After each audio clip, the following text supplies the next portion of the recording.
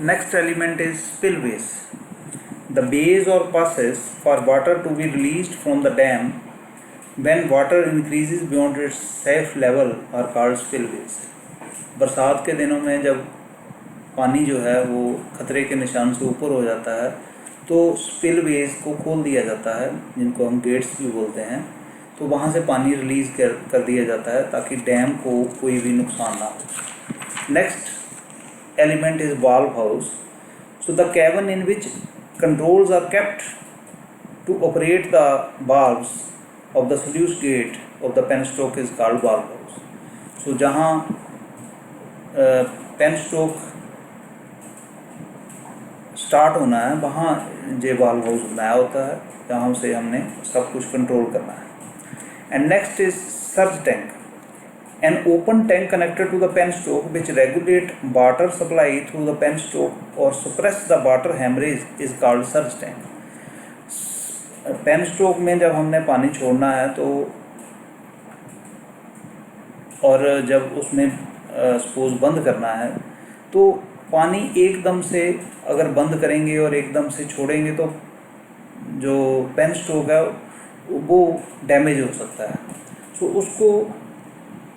उसके लिए हमने सर्ज टैंक बनाया, जो कि अगर एकदम से हम बंद करते हैं पानी को तो पानी उसमें चला जाता है, तो जो पेनस्टॉक है उसको मतलब कोई भी नुकसान नहीं पहुंचेगा। Next element is racks. Tunnel के शुरुआत में एंट्रेंस पे हमने रैक्स एक जाली टाइप बनाई होती है, जो कि एंट्रेंस पे हम लगा देते हैं ताकि कोई भी बड़ा पत्थर या कोई भी बड़ी चीज़ पानी के साथ पेनस्टॉक में ना जा सके, जो कि वाटर टरबाइन को डैमेज कर सकती है। ठीक है, तो रैक्स प्रोवाइड किए होते हैं। Next is penstock, a huge steel or reinforced steel pipe that carry large quantity of water from valve house to the scroll case of the turbine are called penstock। ठीक है, सो penstock के जरिए ही हम पानी जो है टरबाइन के ऊपर छोड़ते हैं। Next is water turbine. So दो तरह की टरबाइंस हम यूज़ करते हैं, impulse turbine and reaction turbines.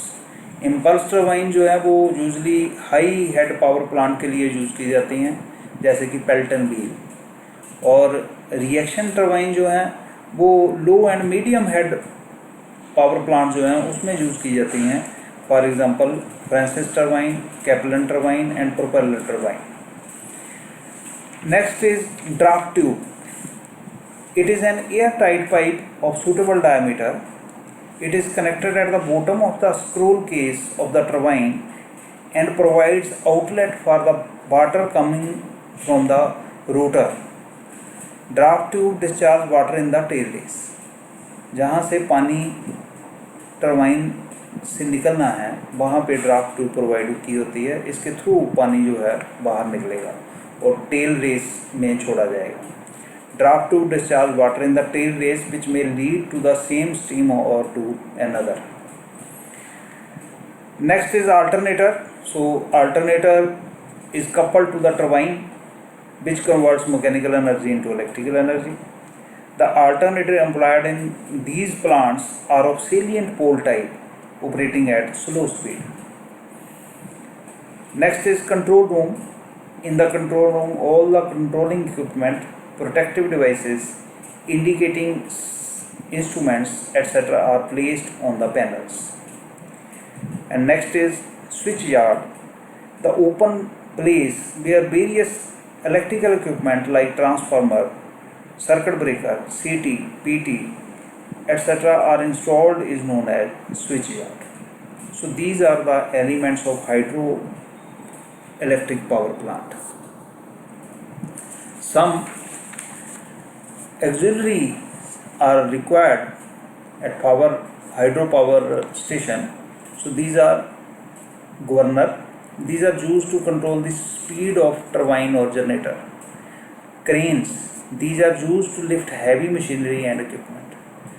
Lubricating oil pump. These are used to circulate lubricating oil in the rotating part. Air compressor. Their function is to maintain the supply of air under pressure for operating generator brakes. Fans, these are required for ventilating of turbines and control rooms.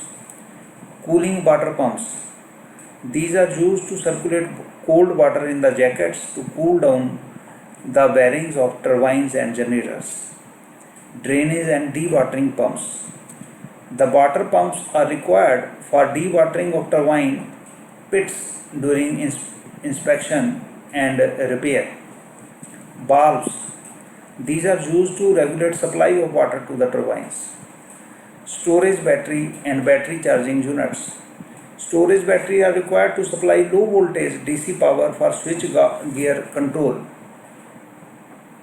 In a substation or a power yard, battery unit is known as heart of the power station because all indicating instruments supply is given through batteries, DC supply, low DC supply. Next is fire extinguisher. These are required to extinguish fire if it breaks out due to any reason. So what are the advantages of hydroelectric power plant? Require no fuels. So as no fuel is required in this case, so there are no charges of fuel and transportation. कोई fuel नहीं लगना, only water is required. सो ना तो fuel की cost लगेगी, ना ही उसको transportation की कॉस्ट लगेगी. नीट एंड क्लीन, क्योंकि फ्यूल यूज़ ही नहीं होना है, सो ना कोई फ्यूम प्रोड्यूस होनी है, ना कोई ऐश प्रोड्यूस होनी है. So this plant is neat and clean. Small running and maintenance cost, क्योंकि फ्यूल कोई यूज़ ही नहीं हो रहा है, सो नेचुरली रनिंग कॉस्ट जो है वो बहुत कम है. और मेंटेनेंस कॉस्ट, क्योंकि ऑक्सिलरी यूनिट्स जो हैं वो भी ज़्यादा नहीं है, इसलिए मेंटेनेंस कॉस्ट भी कम होगी. Can be put into operation instantly. हम इसको स्टार्ट करने के लिए कोई ज़्यादा लंबा चौड़ा प्रोसीजर नहीं है. हमने पानी छोड़ना है थ्रू पेन स्टोव. तो जैसे ही हम पानी को छोड़ेंगे तो ये इंस्टेंटली स्टार्ट हो जाएगा, प्रोडक्शन जो है इंस्टेंटली स्टार्ट हो जाएगी. Help in irrigation and controlling flood. हमने डैम इरेक्ट किया है, एक तो वो फ्लड रोकने में सहायक होगा, दूसरा इरिगेशन पर्पज़ के लिए भी हम थ्रू कैनाल्स इसका इस्तेमाल कर सकते हैं.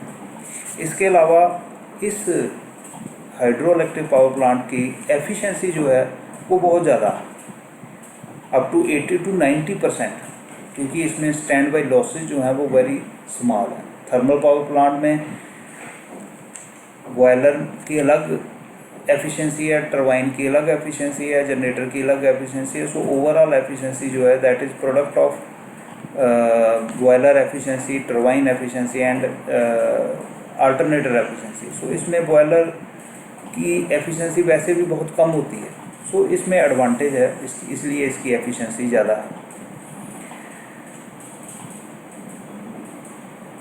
These plants have long life. इसकी लाइफ जो है लॉन्ग है. पानी की अवेलेबिलिटी चाहिए, बाकी जो है इसकी लाइफ काफ़ी ज़्यादा है. एडवांटेज के साथ साथ कुछ डिसएडवांटेज भी हैं.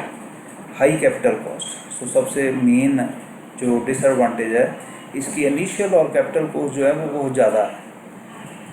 जैसे कि अगर 1 मेगावाट पावर जनरेट करनी हो तो उसके लिए 6 से 7 करोड़ रुपया जो है वो 1 मेगावाट पावर जनरेट करने के लिए लगता है. Dependence on weather for water. So पानी की अवेलेबिलिटी सबसे अहम है इसमें. सो पानी के लिए हमें वेदर के ऊपर डिपेंड रहना पड़ेगा, क्योंकि अगर बारिश होगी तो पानी होगा. So dependency on weather is disadvantage. Skilled staff required in the stage of construction. So जब कंस्ट्रक्शन करनी है तो उस टाइम हमें स्किल्ड स्टाफ की ज़रूरत है. High transmission cost is incurred, क्योंकि जो हिली एरिया में ज़्यादातर हाइड्रो पावर प्लांट्स लगाए जाते हैं, क्योंकि वहाँ पे डैम इरेक्ट करके पानी को स्टोर करना ईजी होता है. सो ये पॉपुलेटेड एरिया से काफ़ी दूर पड़ जाते हैं।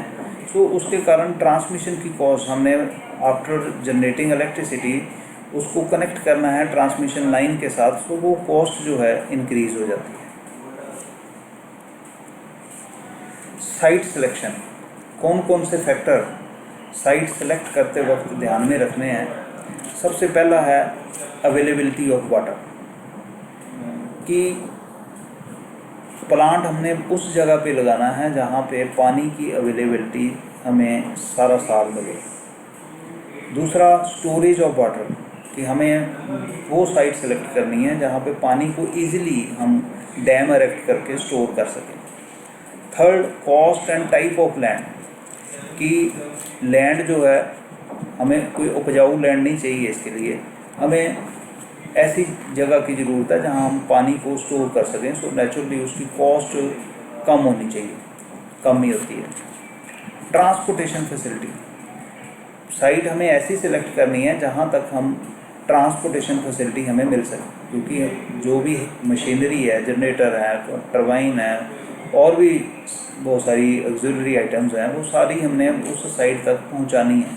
तो अगर ट्रांसपोर्टेशन फैसिलिटी होगी तभी हम वहां तक उनको पहुंचा सकते हैं। सो ये इन सारी चीज़ों का साइट सेलेक्ट करते वक्त हमें ध्यान में रखना है।